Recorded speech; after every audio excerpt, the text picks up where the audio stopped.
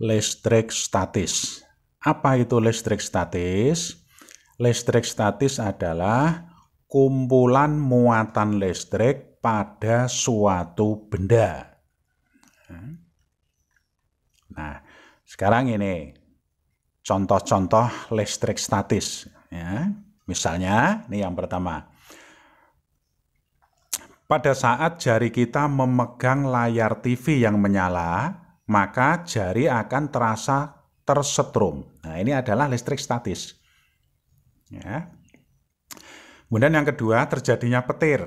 Jadi petir ini juga listrik statis. Ya.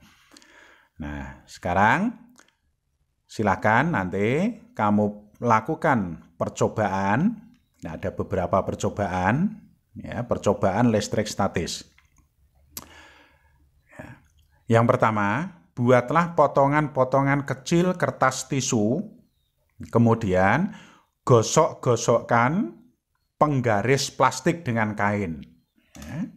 Gosok-gosokkan penggaris plastik dengan kain, terus dekatkan plastik atau penggaris plastik tadi dengan potongan-potongan kertas tisu.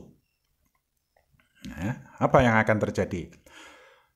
Potongan kertas tisu tadi akan menempel pada plastik yang telah digosok tadi. Ya, ini karena adanya listrik statis. Silakan nanti dicoba. Kemudian percobaan yang kedua, ini pakai sisir. Gosok-gosokkan sisir pada rambut yang kering. Terus dekatkan pada potongan kertas tisu kecil-kecil. Nah, apa yang akan terjadi? Potongan kertas tisu tadi juga akan menempel pada sisir yang sudah digosok tadi. Ini juga listrik statis penyebabnya. Ya, nah, silakan nanti percobaan tersebut hasilnya kamu masukkan ke dalam tabel data ini. Jumlah kertas tisu yang terambil dihitung sebelum digosok berapa, setelah digosok 5 menit berapa, setelah digosok 10 menit berapa. Nah, setelah itu silahkan diambil kesimpulan. Ya. Nah, inilah macam-macam percobaan listrik statis. Ya. Nah, ini potongan kertas tisu kecil-kecil, ini plastik, penggaris plastik, digosok-gosok pakai kain, ya, atau kalau sisir digosok-gosokkan pada rambut yang kering. Ya. Kemudian contoh percobaan listrik statis yang ketiga, ini setrika. Ya. Gosok-gosokkan setrika pada baju dari kain nilon. Nah, maka nanti kain dari baju tersebut akan menjadi lengket ke setrika tadi. Ya. Kemudian percobaan yang keempat, gosok-gosokkan kaca dengan kain sutra. Kalau kaca dengan kain sutra. Terus dekatkan dengan potongan kertas tisu tadi. Kertas tisu, potongan tisu kecil-kecil tadi. Maka nanti potongan kertas tisu akan menempel pada kaca. Itulah beberapa contoh peristiwa listrik statis. Ya. Nah, sekarang kesimpulannya. Ya. Jadi kesimpulannya, benda itu kalau digosok akan dapat menghasilkan muatan listrik. Kenapa demikian? Karena terjadi perpindahan elektron. Ya, gitu. Nah, untuk bisa mengetahui tentang perpindahan elektron, maka kita harus mempelajari tentang teori atom. Ya, tentang teori atom. Setiap benda itu terdiri atas atom-atom. Ya, setiap benda terdiri atas atom-atom. Nah, inilah struktur daripada atom. Ya, secara garis besar. Atom itu terdiri dari inti dan kulit. Ya, intinya terdiri dari proton yang bermuatan positif dan neutron yang netral, tidak bermuatan listrik. Kulitnya terdapat elektron-elektron yang bermuatan negatif. Ya, itu struktur daripada atom. Nah, kulit atom tidak hanya satu lapis saja. Ya, ada yang 2 lapis seperti ini. Bahkan ada yang 3 lapis seperti ini dan seterusnya. Yang jelas, kulit atom ini mengandung elektron yang bermuatan negatif. Kulit pertama akan bermuatan 2 elektron. Ya, kulit pertama diberi kode K, itu 2 elektron. Kulit kedua, lapisan kedua, kodenya L, itu ada 8 elektron. 1, 2, 3, 4, 5, 6, 7, 8. Kulit ketiga, ya, kodenya M, itu ada 18 elektron. Begitu seterusnya. Ya. Kemudian ini inti, ya. Intinya yang terdiri dari proton dan neutron. Proton muatannya positif, neutron netral, tidak bermuatan listrik. Itulah struktur daripada atom. Ya. Nah, ini contohnya. Ya. Ini kayu, ya, yang tampaknya sebagai benda mati, ternyata di dalamnya ya, terdiri dari atom-atom yang elektronnya berputar-putar seperti ini. Ya, ini. Dan elektron ini nanti bisa pindah tempat, ya, bisa pindah menuju ke atom yang lain.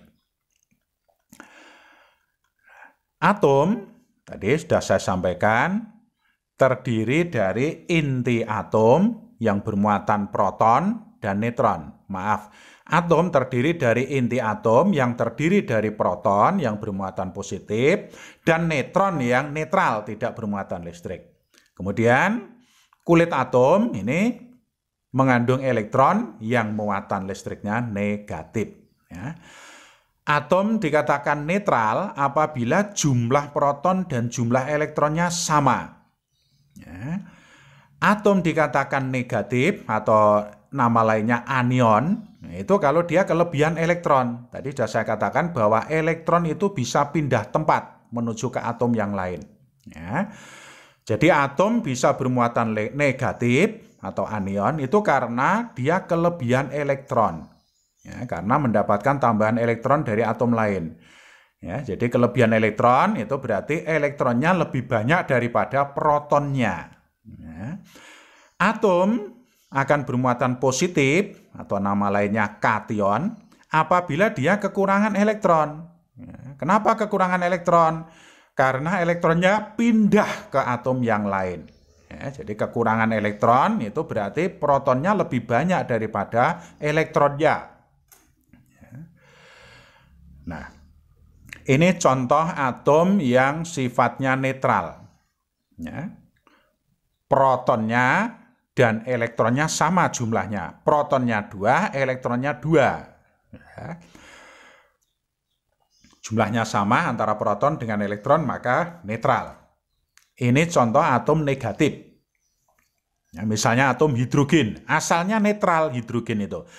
Terdiri dari 1 proton dan 1 elektron.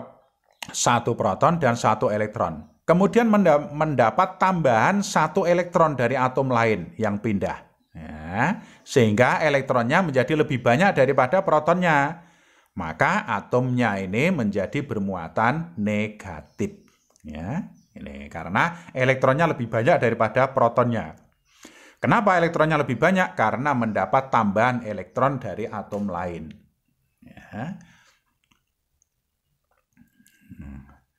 Sekarang contoh atom positif. Misalnya litium. Litium itu asalnya netral karena terdiri dari 3 proton dan 3 elektron. 3 proton dan 3 elektron. Nah, ini sebenarnya ada elektronnya 1. Kemudian elektronnya yang 1 ini pindah ke atom lain. Jadi dia kehilangan elektron. Maka sekarang protonnya menjadi lebih banyak daripada elektronnya karena elektronnya hilang 1, pindah 1 ke atom lain. Maka atom ini menjadi bermuatan positif. Ya, gitu. Nah, sekarang kenapa plastik tadi, ya, penggaris plastik tadi, kalau digosok-gosok kok menjadi bermuatan listrik?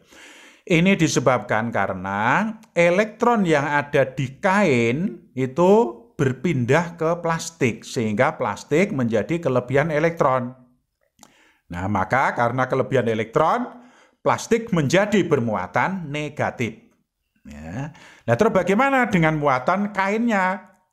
Kainnya karena kehilangan elektron, maka dia menjadi bermuatan positif. Sekarang kenapa? Kalau kaca digosok kain sutra kok menjadi bermuatan listrik? Itu disebabkan karena elektron dari kaca pindah ke kain sutra, sehingga kaca kekurangan elektron. Nah, karena kaca kekurangan elektron, maka muatannya menjadi positif. Nah, bagaimana muatan kain sutranya? Kain sutranya menjadi bermuatan negatif karena ketambahan elektron. Itu. Dah, sampai di sini. Besok kita lanjutkan interaksi antara benda-benda bermuatan listrik.